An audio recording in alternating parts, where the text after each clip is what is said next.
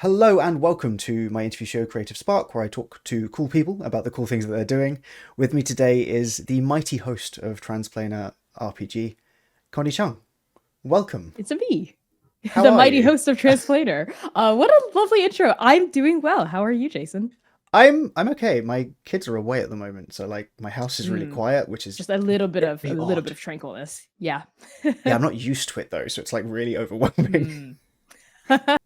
Let's go back to the beginning of your actual play and your content creation journey, really, with what caused Transplanar to exist? What inspired you to do it, and how was it setting it up? Absolutely. So I started Transplanar right at the beginning of the pandemic. I've been furloughed from my day job. I had nothing to do. Everyone was just sitting around playing video games, doing stuff. And I was one of the 100,000 people who thought, wow, while I have all this time on my hands and I'm at home, why don't I start up a Dungeons and Dragons actual play podcast? Part of it was because I had been inspired by Taz, the Adventure Zone, their balance arc, Mhm. back in college. That was the first actual play I ever listened to, and it opened my eyes to what TTRPGs could do. Because up until that point, I thought it was just another way of doing board games. I didn't know TTRPGs could be such a potent vehicle for storytelling.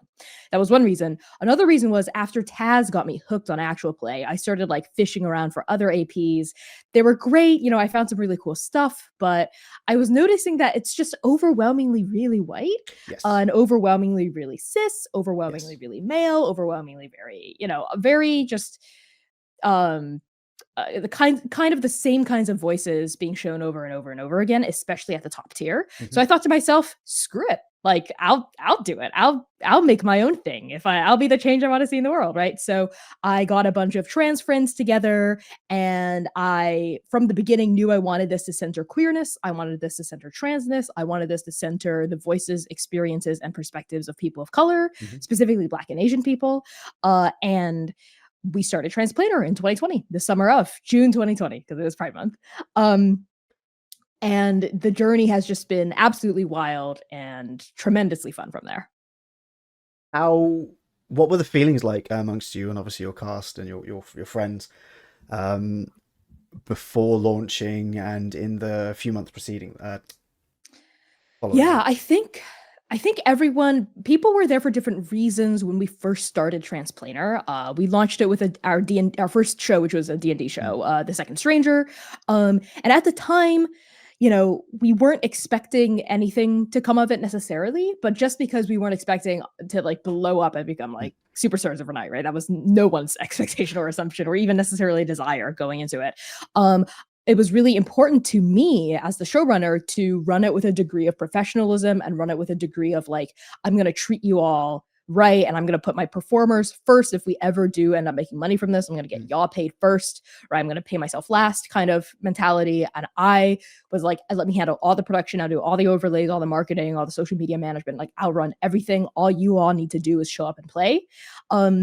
That worked for maybe like 2 months, and then I burned out immediately. So one of my players, who's also my partner, C. Thomas, ended up stepping up and being like a co-producer, Mm. and that helped immensely. And other people started pitching in a little, right? Like someone was also starting up her streaming career at the time, and she would kind of like cross market stuff like that, right? Nice. And as we continued to grow, I learned better and more how to run a show and be a showrunner and not just a GM, because these are two separate skills Mm. when we're talking about bringing things into the actual play space.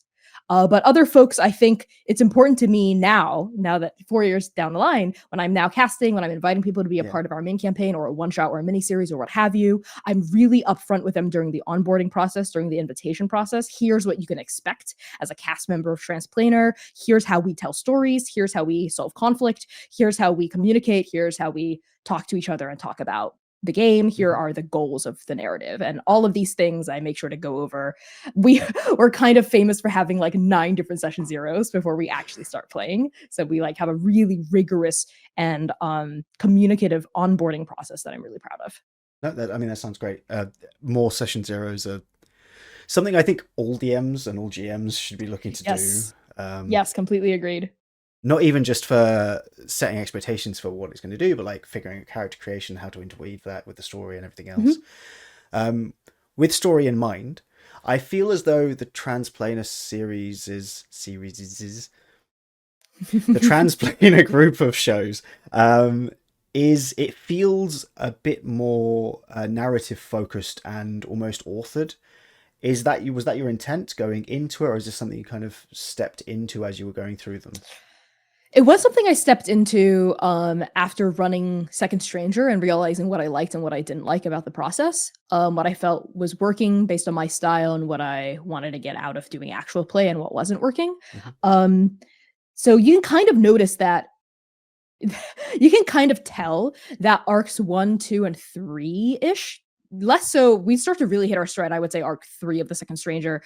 There was basically no communication between me and the players about the themes Yeah. of the show necessarily, like what they could expect. We had a big session 0. We talked about safety, we talked about like big picture desires they wanted from the campaign. Like they were like, it'd be really cool if we had like an NPC quest giver. So I made a character that was an NPC quest giver, right? They during session 0, they'd be like, it'd be really cool if like the big bad touched on themes about friendship and like I would love for us as a party to work for a cause that like secretly has other motives but Mm-hmm. isn't necessarily evil. So I was like, great, and I did that, right?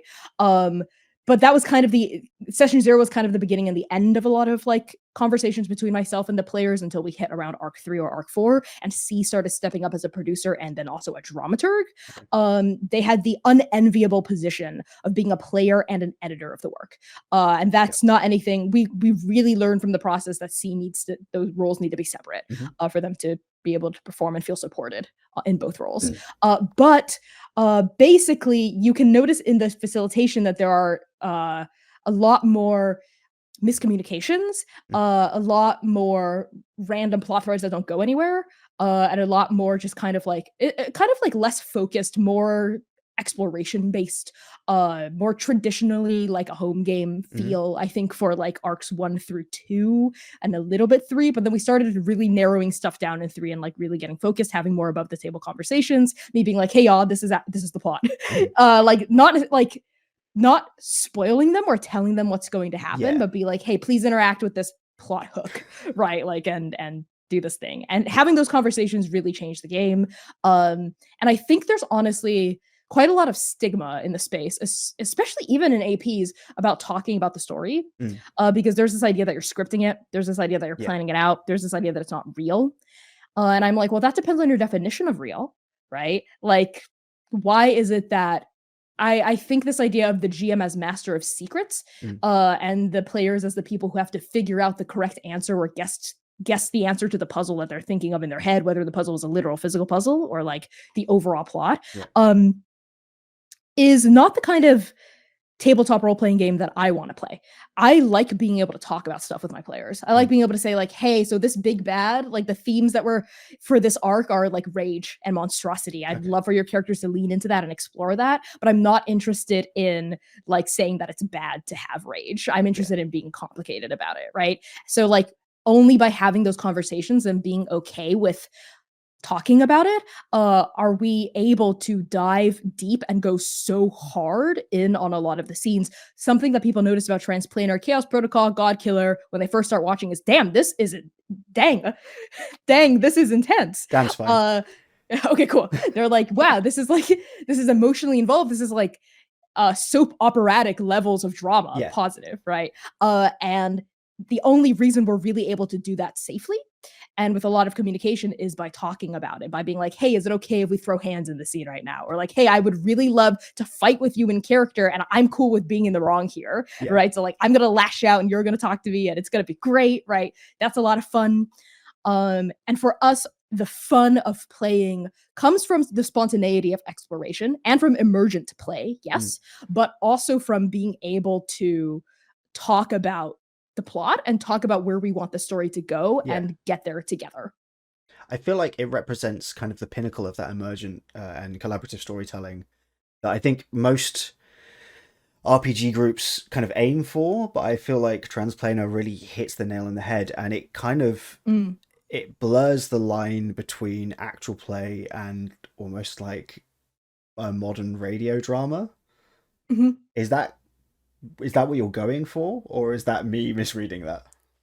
No, that's Fairly accurate. Audio drama or radio drama is Mm. not one of our touchstones, medium touchstones. We are more interested in like touchstones of, I would say, like devised theater, Hmm. dance choreography, improv, comedic improv, yeah, but also dramatic improv, Yeah. and uh TV and film, I would say. Mostly because we very much work in a uh, video and visual format as well, and we're very proud to Mm. also be like a visual AP, as opposed to like an audio only AP. But yeah, it's very tightly paced, and I would say very structured, our narrative. Um, but again, like the players, especially for the Chaos Protocol, which is a long-term campaign, Mm. they don't know who the big bad is. They don't know what the ending of this story is going to be. They don't know arc to arc. They're aware of the core themes, Yeah. and I give them like a setting primer, about like the setting they're going Yeah. to go into. And there's kind of an expectation because we only have 16 episodes. Like we can only explore each world so Yeah. much. We have to be pretty focused, right? But aside from that, like it is kind of like a home game insofar as I just kind of like let them loose. But we have values that we all share. Like they're not just gonna go off and do their own thing, Yeah. right? They're not just gonna like ignore the plot hook. They're gonna be invested in each other's character arcs, and they're gonna show up as players, right? So that's a really important part of, I think, being able to do the AP that we do. I feel as well like your Transplanar, you're all fantastic at emotionally devastating each other, which is something you see not in an ingenuine way in other actual plays, but I feel as though the genuine emotional devastation from yourself and your players is always a delight to watch. I was watching a bunch of stuff, obviously in prep for this, and Mhm. one of the episodes has you state that you think you might have dislocated your jaw from the shock of something that one of your players said. Is that something you all do on purpose, or is that something that just sort of happens because of the way you play?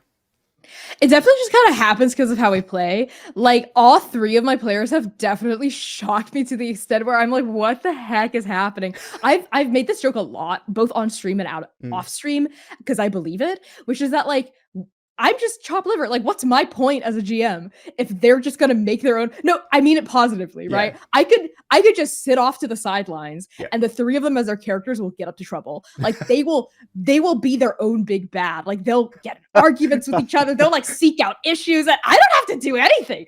I just kind of have to sit to the side. And sometimes I've thought like when I'm in character as the antagonist, I'm like, dang, like am I really? I feel like I want to help them out. Like I feel like they're struggling. Like maybe I should stop trying to Are conquer you the guys world. okay? Yeah, are Or you okay? Like, because I'm getting this isn't this like big bad fight isn't fun anymore for you all. Like this is getting kind of real. Like, we need to talk about it. Like, but all of this is said positively, right? And um we invited the cast for the Chaos Protocol on very intentionally Mhm. because I was familiar with Val from his work on The Second Stranger and from his work in on other shows, Kai as well, and Sam as well. And I played with all three of them at least once. Mhm. And also during the casting process, I invited because we wanted to see if the table chemistry would work because this Yeah. is the first time these three people have played at the same table together. We did like a few trial, like off stream private home game sessions just to see what the vibe was like. And like immediately from those private home games, they were on each other's throats, like no foot left a neck,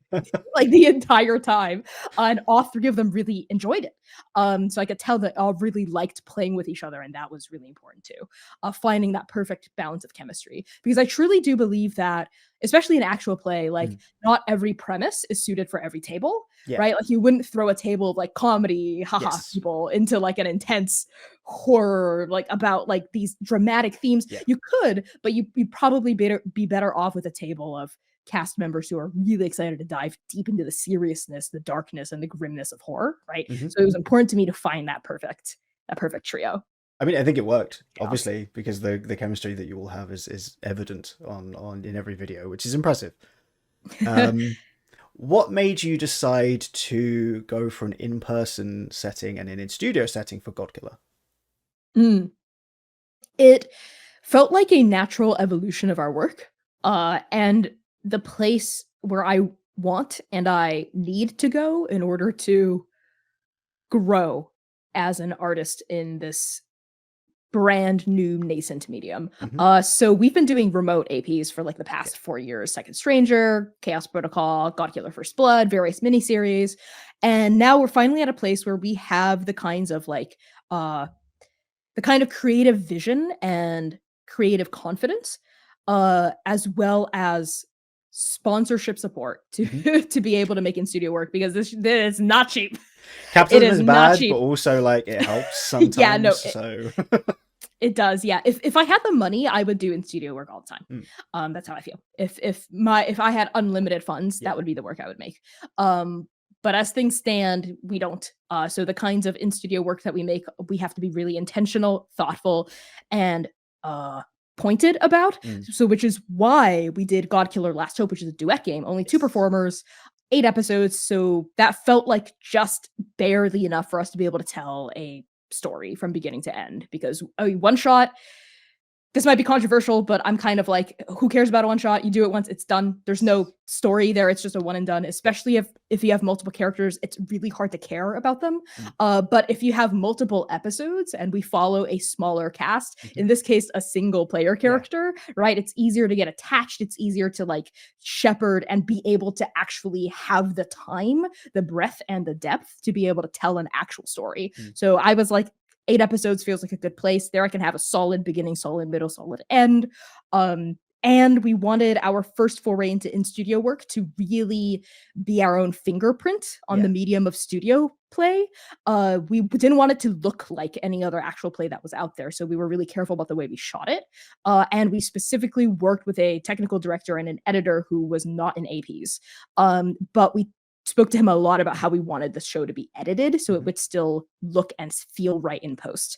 So there were a lot of things coming together: set design, production, the way it was shot, our dramaturgical ethos going into it, and our own play style that I think helped make Last Hope look and feel like Last Hope.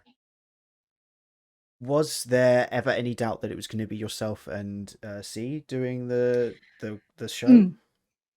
No, that was planned from the beginning. Like when Okay. we were talking about like, oh, we finally are starting to get to a place where we have the money and we have the vision to do in studio work. What do we want our first ever thing to be? It was Mm. just both of us as the leadership of Yeah. Transplanar. We were like, well, Connie's got a GM, and in terms of the players, well, for budgetary reasons, yes, and also, we wanted it to be kind of like a thesis statement about the Mm. work of Transplanar as a whole, and who better to tell it than me and C, right? Like in For terms of sure. like the leadership, and our personal style to storytelling.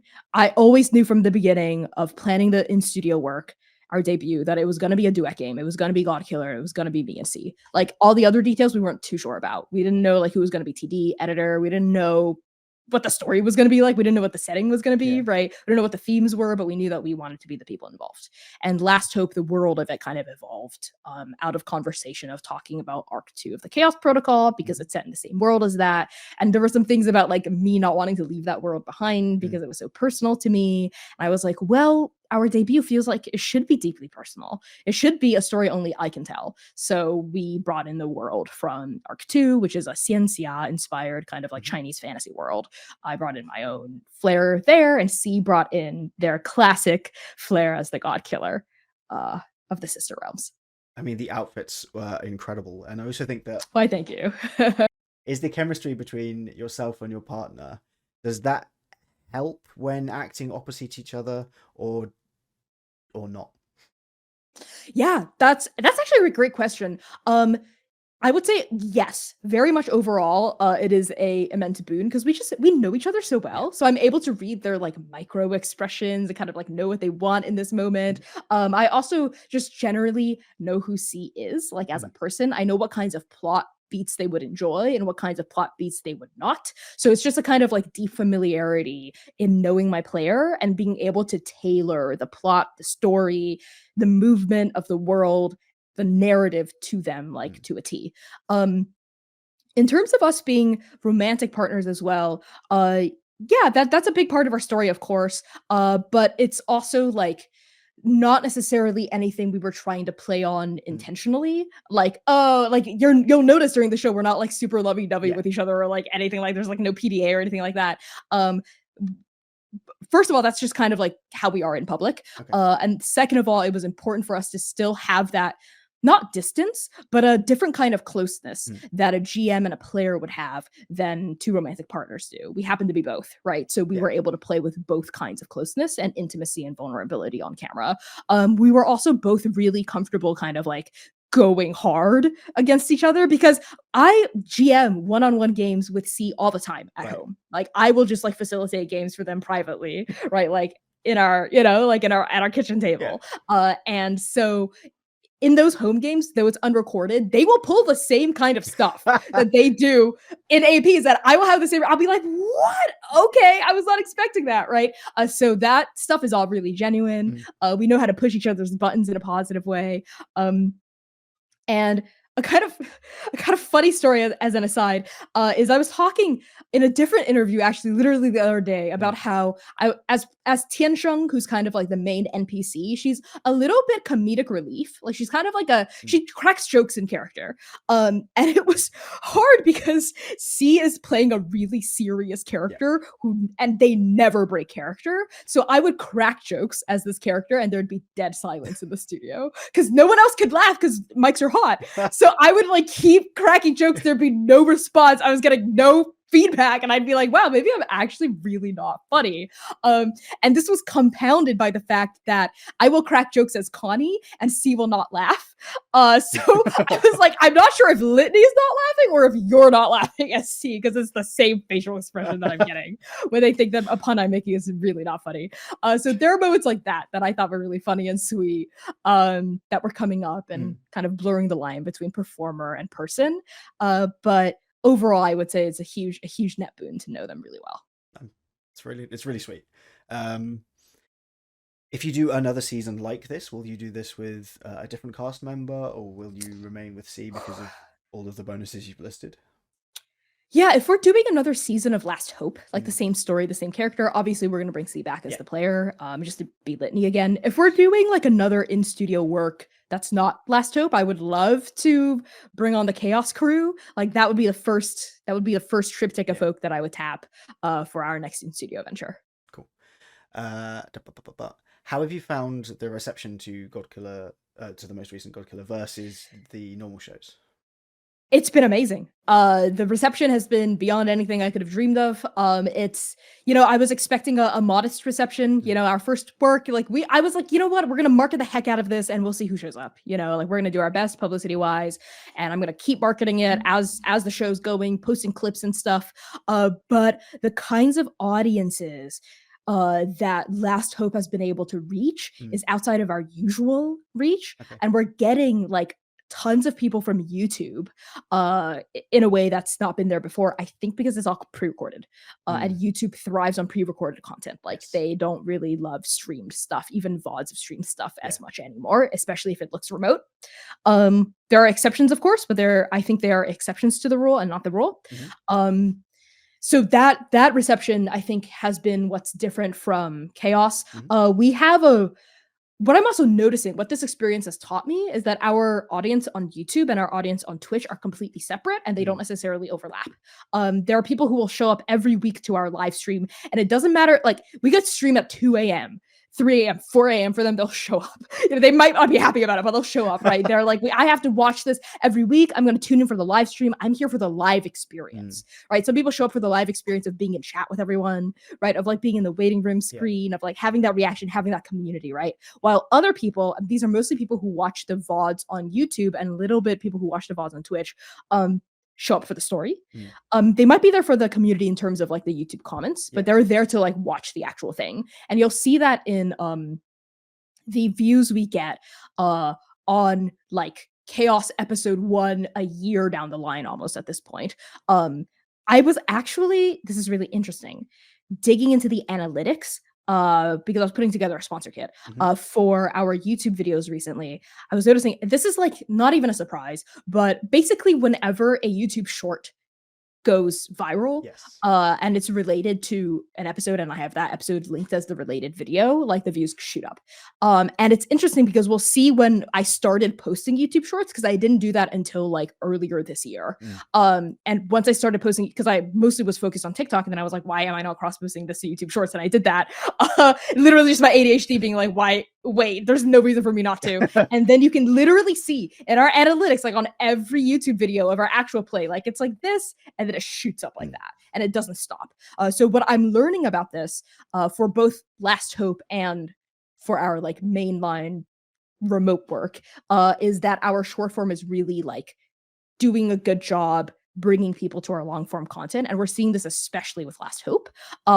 Has really great retention. People are watching it. Like on a numbers and analytics side, I'm very happy. Also from a creative side, also very happy, because it's showing that the work, our in studio voice, is resonating with people and is standing out. I think that's the most important thing. People are saying like, this looks really different from like other APs I've seen. Like this is really different. I've never seen anything like this before. This is really cool. This is really good. And that is the important part. That is the important lesson, I think, to take away from Last Hope, which is that the direction we're heading in is the right direction, and we should keep marching to the beat of our own drum, and listening to our own lessons and forging our own path in this art form, instead of feeling like we have to do what's already been done, which is basically barely anything, because again, this art form is so new. Yes. You mentioned shorts. How do you go about choosing the moments in which you're going to turn into shorts? And was it natural for you to do the introductions outside of the show itself? A lot of shorts will just take a clip from the show and that'll be that.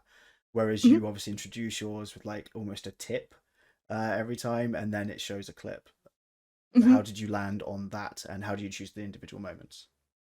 Yeah, so the moments, the content is what makes the short. You can have really fancy editing, you can have like really, really good video and audio quality, but if the content isn't interesting or engaging or unfortunately clickbaity enough to capture the attention of someone who is so the mindset boils down to two things. One is what I want, is what I think is good, is what are moments that I'm really proud of and I want the world to see. I would say that's like 50% of it. And that's a significant 50, because it's important to me that the work we make, I'm not making work thinking this would be a great short. I'm making work to make good work, right? And that's a really important mind shift thing, because I don't like thinking of my work as content. I think of it as art. But unfortunately, short form is content. I think there is a world in which short term could be art, but I haven't seen it yet on a mass scale. I just haven't. That's not the function it serves. That's 50%. The other 50 is all of the classic short form advice. I do hooks more so for our remote stuff, where I put in like a shorts overlay. You'll notice that it's got a little overlay, a little head box, right? I do that less so for God Killer Last Hope clips. I've been experimenting with it, because this is untread territory for us. We've never clipped a studio show before, so I'm not sure what format would be best. So I'm just trying a bunch of stuff. What I'm seeing is both can work, but both in terms of a hook and without a hook for studio work. But I'm kind of leaning toward no hook for studio work, because the reason a hook works is so people know what to expect later on. Because if I just cold launched like a head in a box, people are going to be like, what is this? And they might swipe away. But if I'm like, here's what you're about to see, don't like, and the subtext is like, don't worry about the, like, I'm explaining what the head in a box is, right? Later on, it's a clip from a show. They'll be like, oh, okay, it's a clip from a show. And they'll like keep watching it, right? For Last Hope, the hope is that because it's shot in studio, audiences will immediately understand this is a play. Or like, oh, this is a show. They'll know what it is already, right? So the hook is unnecessary, and we can let the content, the strength of the story, the strength of what's happening on the screen speak for itself. But yeah, for remote shorts, it's like I put a hook up front, and it's usually something that will like grab the viewer's attention, make them stay, convince them to stay for beyond that first crucial 0.5 seconds, I think it is, before people decide to swipe. And then it's the content itself. that runs the gamut of like, is it funny? Is it dramatic? Is it a big plot twist? Like, what's the main thing that will get people to watch? Crucially, all the way up until the end. Yes. And then at the end, sometimes I put in a little plug for where you can keep watching it. I usually try to end it on like a button, like a nice stopping point. Yes. For the short. And I always, always, always for YouTube Shorts, like link it to episode 1 of like the series that I've clipped Makes it to. sense. And that gets a lot of people to click through because they're like, whoa, what is this? This looks fun. I want to watch it. And they do. Which is the most important part of it, I think. My personal favorite one of the shorts that you've done is the one where you break the initiative in character. Yep. It's wonderful. It's classic. Absolutely amazing. It's a short if you've seen that. Why, thank you. I actually want to talk about that short for a second because I've heard from a lot of people that they've pulled that at their tables to great success. And what I love about that move specifically is that it's not actually OP.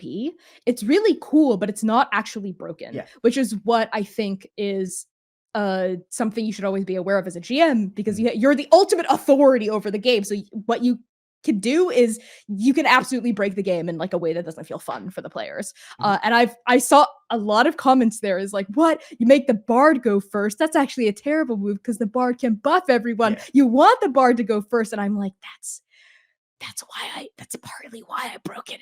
Like that's part of the reason why, because like on the surface it's like this huge big thing, but you think about it a little bit deeper, I'm actually helping the players out, which is part of it too. Or you can be really, really mean and like force some. How much do you feel as though your game design practices influence the way that you run these games, and obviously build them as well? Yes. I would say it's quite interesting running Godkiller as the designer for Godkiller because I know how this game is supposed to work. So I'm able to like run it, I think, with a degree of authority. It's also important to me that the game runs well from a designer perspective if I'm not in the room, if none of my players are in the room. So like it's important that the game is good and like has its own legs that it can stand on.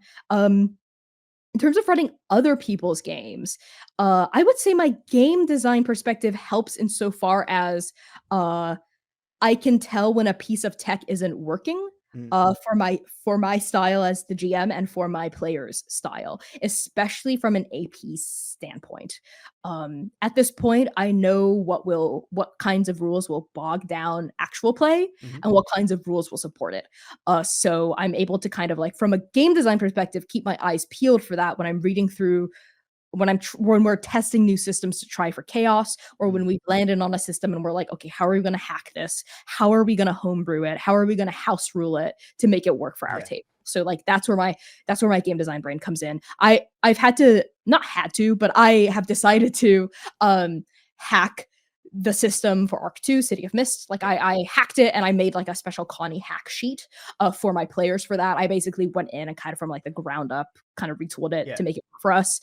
And the Wild Sea, there wasn't too much hacking that needed to be done. I actually really enjoy the Wild Sea as a very rules light system, not a lot of mechanics for adjudicating stuff, super simple, very easy to hack. We ended up not having to hack too much of it just because the base game I think worked really well with our style, but there were like a couple little things that we hacked like here or there that I was able to help out with.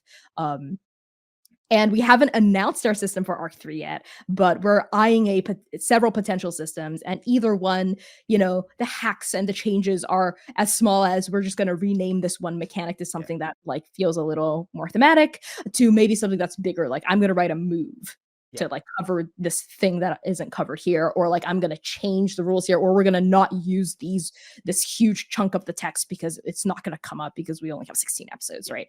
So either way, no matter how big or how small, I am hacking and I am homebrewing the system we use in some way for each arc, and my game design experience helps a lot with that.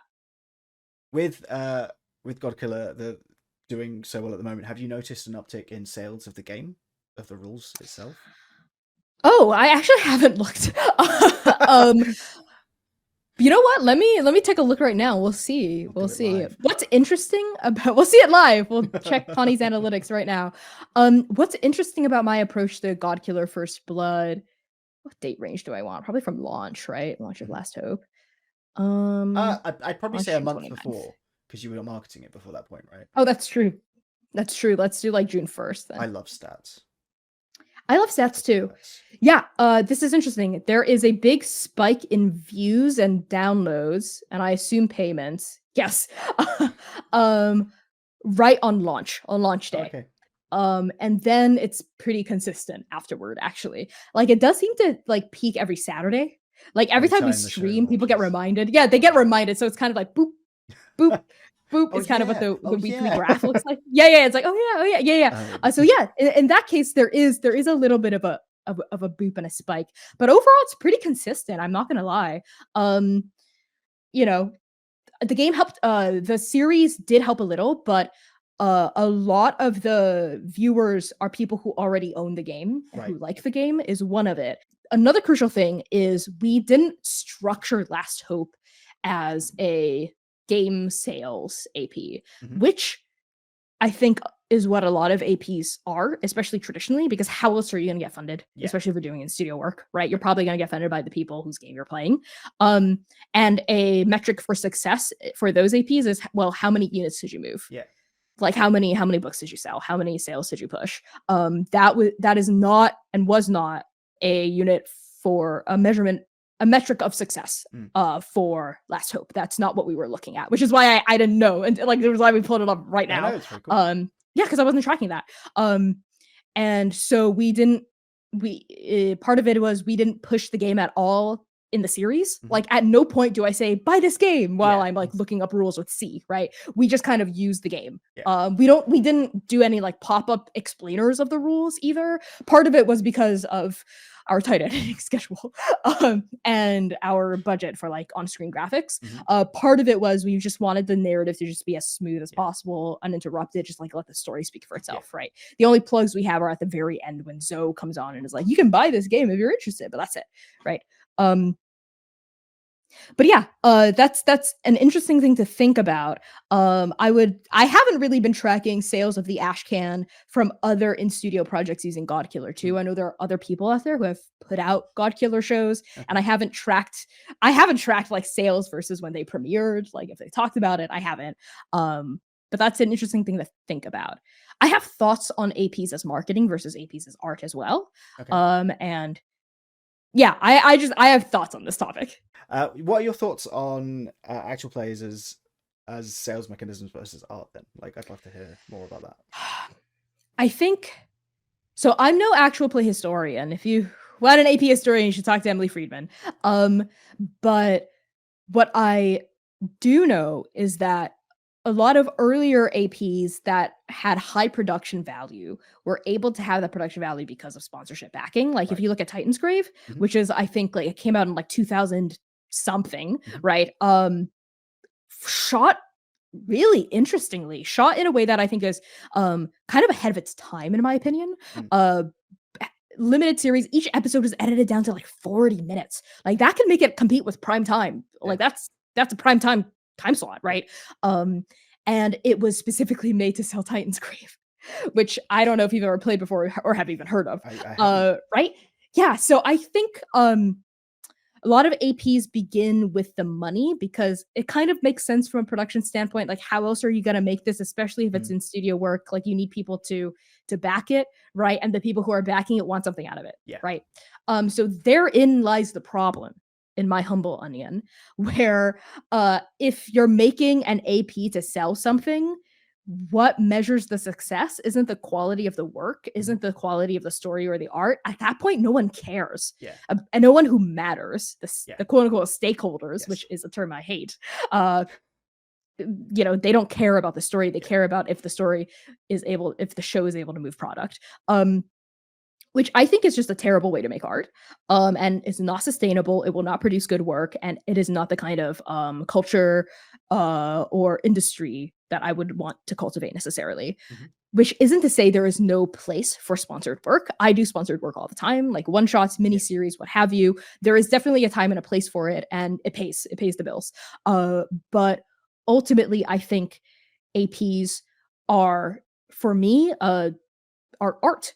And the way I approach it is less like, here is a commercial for Coca-Cola, and more like, here is a ballet performance that can be sponsored by TD Bank or whatever the heck. Yeah. You know, like when you go to the Schubert or the Wang Theater in Boston, you know, because that's where I am right now, and those are the places, you know, places of art making that I know. You don't the people who sponsor those places aren't like, how many more credit cards signups did I get because of this performance of Yeah. Nutcracker, right? Or like, how many more people bought Mountain Dew because of this Alvin Ailey performance, right? Like, that's not what they're measuring. At that point, these corporations use their like public good fund, use their like nonprofit, their giving fund, basically, to help support these, you know, for the tax break, like as a donation, right? As a art giving thing. I think that's an avenue of funding that we should think about when we're thinking about like APs as theater, right? Looking at theater funding models like APs as art. I'm also interested in sponsors who understand, private sponsors who understand the net good of supporting good art and good work, especially by marginalized people in the space. These are kind of like goodwill sponsors, right? They're fairly few and far between because most sponsors do want something out of their money, even if it's not like, I want to make back 200% of my investment, or like 120, I think is like usually the percentage. But yeah, I just think it's I understand why it is the way it is because of capitalism. I wish it wasn't that way. And I'm striving for I'm an idealist and a realist, and I'm striving for a better world while also trying to set up my channel for success and, you know, financial success and viability. And that's a tough needle to thread, but it is one that I have to as a showrunner. That makes sense. You mentioned theatre a few times. Is there a world in which you take Transplanar onto the stage? Is that something that you'd want to do? That's an interesting question. I would not be opposed to it. Honestly, the main barrier to that right now is COVID.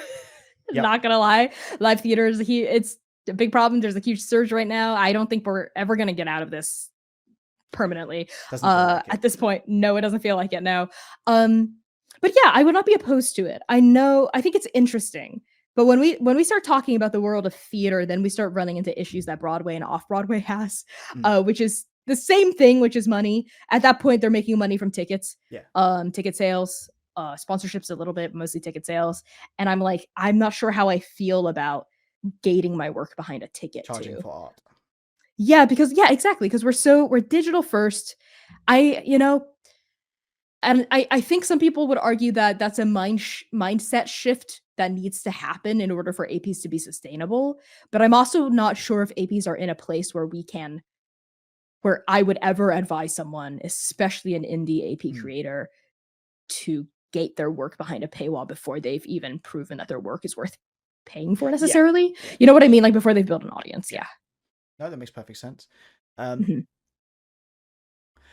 Is there an aspect of running games that you wish you got more chance to do? This is kind of like, I'm not sure if I actually want this. Or if it's just because I haven't done this in so long that, like, if I do it once, then I'll be like, okay, that's why I don't do it, and the novelty will wear off. But like, kind of like legitimate wargaming, like adversarial. I go back to my old ways where I'm the master of secrets and you scrubs know nothing. You're gonna try to beat me. I'm gonna make this like ridiculously overpowered big bad. Good luck trying to beat it. But honestly, now that I'm saying it, I'm like, that's not actually what I want. I think I'd be deeply upset actually if I ran that and it didn't go the way I wanted it to go. But yeah, I would say aspects of running games that I miss. Maybe like anything that I miss for APs, I'm able to scratch the itch in home games. I would say. Yeah. So like I'm able to keep myself fulfilled even when I'm not necessarily doing it on camera. Because there's like something to be said about a random table. As an actual play GM, I feel neutral to ambivalent. So either I feel nothing or everything about a random table, but I love using random tables in home games. I think they're fun as hell. As heck, they're fun as heck. Hell is also fine. The difference in curse words between the UK and the US is wild, and that's a whole thing on its own, but not for now. how's it working with the incredible Erika Ishii? It was amazing. Honestly, Erica is such a delight, such a funny and organic performer. I've admired their work for such a long time in this space, both in APs and in voice acting. I was a narrative designer with Bungie for a little bit, Okay. so I've been a big fan of their work as Anna Bray in Destiny, and Apex. Like they're in so many incredible games, Yes. and now Veilguard, right? Like Yes. he's up to so much cool stuff. So I've always wanted to work with Erica, as also a fellow Asian American in entertainment, in the creative arts. That was also just such a delight to play with Erica, especially for Arc 2, which was like all about Asianness, Yes. specifically my Chineseness, which is great. But yeah, they brought a really fresh and funny voice to the NPC that they played, and I need to give him kudos because as prep for that session, I sent him a lore doc that was 12 pages long. And they read it and they came prepared, and they like I gave them a list of like lore bullet points and they brought every one of them up. They're just like a consummate performer and collaborator. It was a ton of fun. Yeah. That's amazing. My last question is I'm going to throw in an extra last question. I've changed my mind. Will you ever go back to D&D, especially with the new player handbook coming out? If they give me $100,000, I will. Like honestly, like that's kind of how I feel. Unless they're throwing me an exorbitant amount of money, I don't think so. Or if it's on someone else's channel. If I get invited to perform like D&D 5 like on someone else's channel, that's fine. Like even to GM or to play, like I'm totally cool with that. But as like a main campaign, a mini series, or even a one shot on Transplanar, I'm not sure. I did get the new player's handbook. They sent it to me as part of their like creator package thing. I was able to leaf through it. I looked at it. I do think it is a market improvement over like the original player's handbook. Mostly in how they're laying out the information. It's just a lot easier to find, which is really actually genuinely very helpful as like an actual resource at the table. But yeah, I'm not sure. I don't think so. We did it for Second Stranger, and Second Stranger I think was kind of a masterclass for myself in how to hack D&D to make it work, specifically for a critically built world, non-colonial, anti-Orientalist world that prioritizes collaborative storytelling. Like, I don't know if I ever want to necessarily put myself through it again. I could go on forever about my gripes with it necessarily. That's very understandable. And we don't have to do that necessarily here, but I don't think so, unless the price is right. Because I'm always trying to think of getting my cast paid, right? So if they're gonna pay us the most, then hey, I'll do it. You got to get paid. Do you actually get any chances to play, or do you not want to play? Just to play. I don't get as many chances as I would like. I like to play. I really do like to play. I usually get invited onto other people's channels to play, usually for like a one shot, which is fine. But I'm learning that I'm really missing playing in like a long-term thing that I'm not GMing, right? I miss that. I think the last time I played in anything long-term was 2 years ago on Vanna's channel for a Strixhaven campaign, actually, D&D. Called Higher Ed. That was a lot of fun. I still think about that character that I play, and I think there's something really special about getting to play in a long-term campaign that I do miss and that I do wish I got to experience more of.